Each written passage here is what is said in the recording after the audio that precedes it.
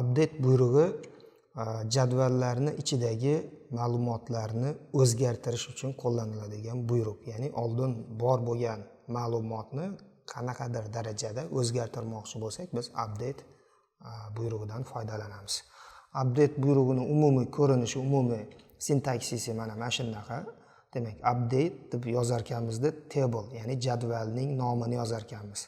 Keyin o'sha jadvalni, demak, qaysi kolumnlarini o'zgartirmoqchi bo'lsak, set kalit so'zi orqali o'sha kolumnlarni qiymatlarini berib chiqar ekanmiz. Bitta bo'lsa bitta, bir nechta bo'lsa bir nechta kolumnlarni o'zgartirishimiz mumkin ekan va qanaqangidir shart asosida shu narsani amalga oshirsak ham bo'ladi. Shartsiz ham qilsak bo'ladi, shart asosida ham qilsak bo'ladi. Xo'p, endi buni amaliyotda qo'llab ko'ramiz. Demak, men hozir Postgres degan ma'lumotlar omborimni ochaman. Bunda yaratib qo'ygan student degan jadvalim bor edi. O'sha student degan jadval bilan ishlaymiz mana. Xo'p, qarang. Aytaylik, agar faraz qilamiz, masalan, familiyasi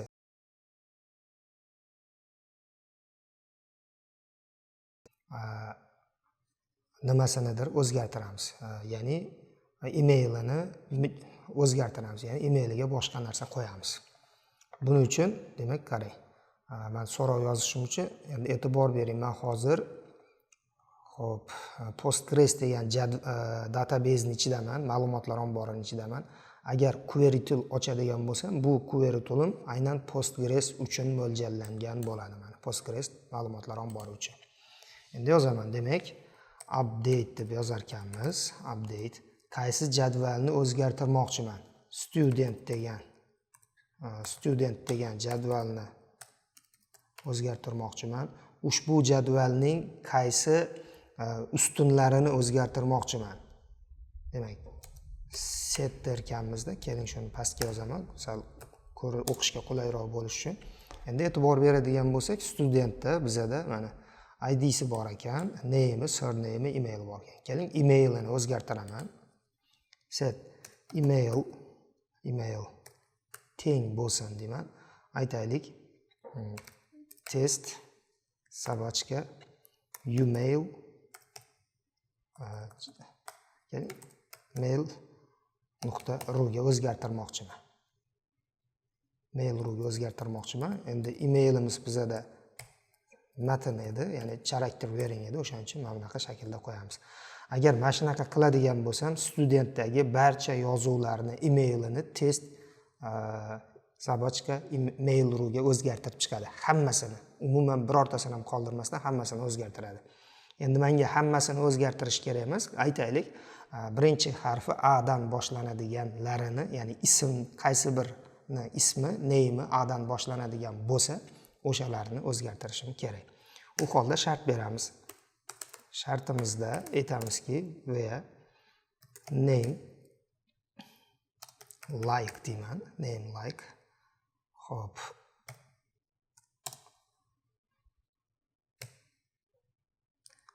A dan boshlanadi va A dan keyin birinchi harfi A, qolgani nima bo'lsa bo'laversin deb berdim.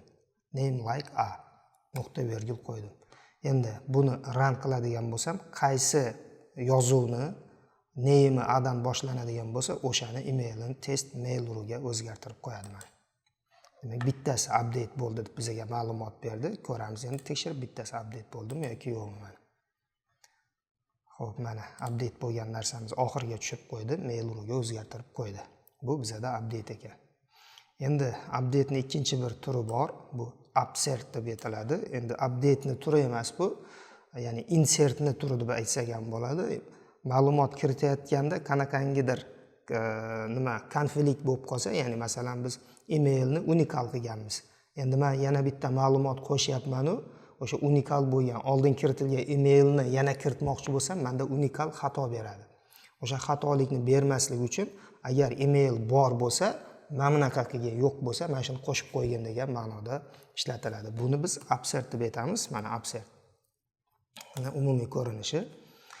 Ma'lumotlarni kiritmoqchiman, mana name bilan emailga Microsoft hamda mana bunaqa ma'lumot kiritmoqchiman. Endi bizada email unikal edi. Agar mana shunaqangi mana bunaqangi email bor bo'lsa, demak bizda error beradi. Bunaqangi email bor уже, chunki unique bu, unikal qilganmiz. Endi aytyapmiz, bu yerda name aytyapti. Demak, name mana shunaqangi name bor bo'lsa, conflict, ya'ni name conflict beradigan bo'lsa, u holda update qilgan. Do update set emailni mana shunaqa qilgan deb bergan. Xuddi shu ishni biz o'zimizni jadvalga nisbatan amalga oshiramiz. Demak, buning uchun mana buni men kommentga olib turaman. Insert into, demak, bizda student degan jadvalimizda mana studentga aytaylik nimalarini beramiz. Name'ini beraman. Xo'p, surname beraman. Hamda email beraman. Email values deyman. Endi aytaylik, qarang. Bizda emailimiz aytaylik name ga, demak, test name deb beraman. Test name. Surname ga test surname deyman. Xo'p. Surname. Hamda email ga esa oldin bor bo'lgan, ya'ni test, mana men buni beraman. Mana shu narsani, bu bor bizada, hozir conflict beradi mana. Bu sig'maganlik sabab pastga tushiraman hozir, ko'rinish qulayroq bo'lishi uchun. Agar buni run qiladigan bo'lsam, xato beradi, chunki mana bunaqa narsa bor menda mana. Conflict dedi mana. Conflict beryapti, chunki уже bor bunaqa deb aytibdi. Endi aytaman, agar deyman on conflict name, ya'ni on conflict, bizda endi email qavsuvchida emailni beraman. Agar emailda conflict bo'ladigan bo'lsa, bu holda do update set deymiz mana. Demak, do update set emailni, mana set emailni, qani e'tibor bering. Tak, emailni teng bo'lsin excluded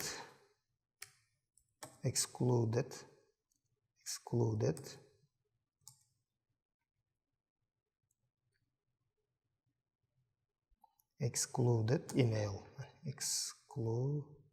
Kattada yozaylik uchun.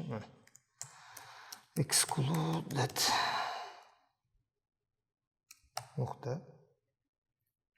Demak, email excluded email ni yozadi, unga qo'shib mana.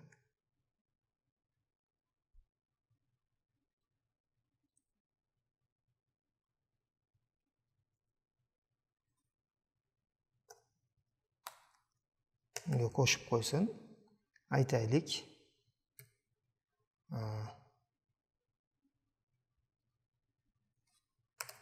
test degan yozuvni qo'shib qo'ysin mana, test tabashga gmail.com degan yozuvni qo'shib qo'ysin.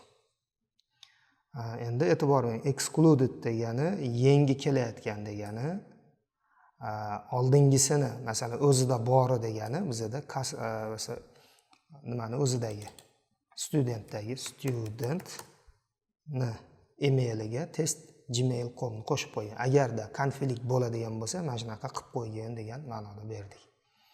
Endi buni run qiladigan bo'lsak, mana bitta nima upsert, ya'ni insert bo'ldi deyapti. Ya'ni oldingi ma'lumotni, mana oldin test mail ru edi, biz shunaqa kiritmoqchi edik, conflict berdi, uni yoniga mana qo'shib qo'ygan degan ma'noda berdik. Endi tekshirib ko'ramiz, demak, bu qanday amalga oshirildi. Mana. Demak,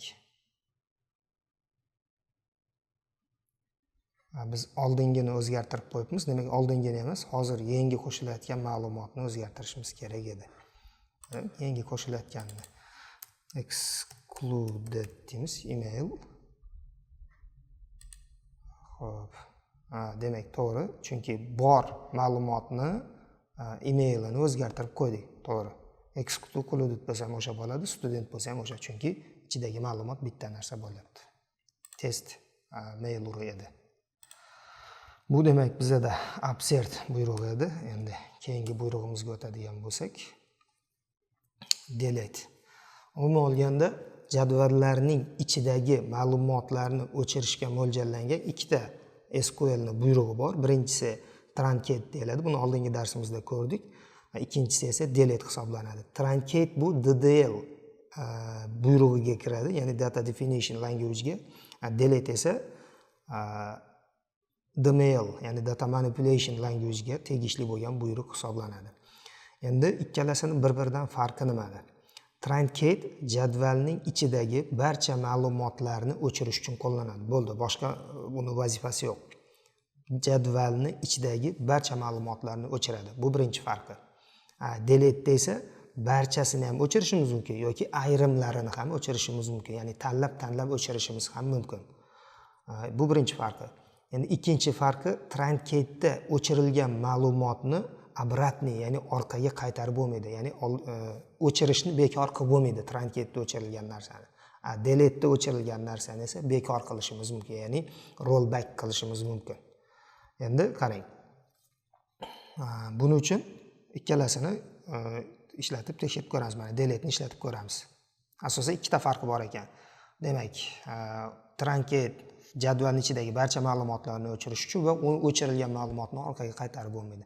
Hamda u DDL buyrug'i ekan. Delete esa tanlab o'chirishimiz ham mumkin, hammasini o'chirishimiz ham mumkin va o'chirilgan ma'lumotni orqaga qaytarishimiz ham mumkin ekan.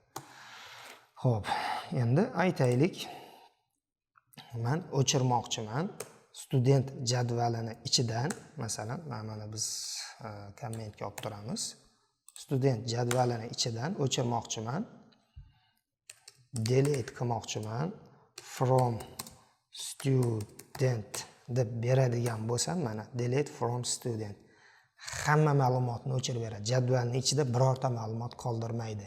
Endi ma'lum bir shartni berib yuboradigan bo'lsam, demak, o'sha shart asosida shartni qanoatlantirilganlarini o'chirib beradi. Xo'p, endi bu yerda biz aytaylik, where deyman.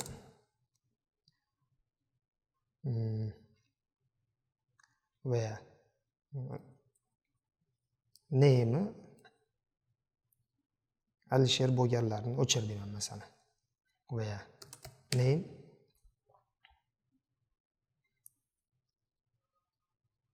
teng mana shunaqasini o'chirib ber deb aytyapman mana. Student jadvalidan o'chirib bergan name Alisher bo'lgan yozuvni o'chirib ber deb aytdik mana. Satr bu yozuv aslida. Deleted bitta deb aytdi mana. Tekshirib ko'ramiz, haqiqatdan o'chirildimi yoki yo'qmi. Mana bizda o'sha name Alisher bo'lgan yozuvni, ya'ni satrni o'chirib berdi. Xo'p, bu bizdagi delete edi.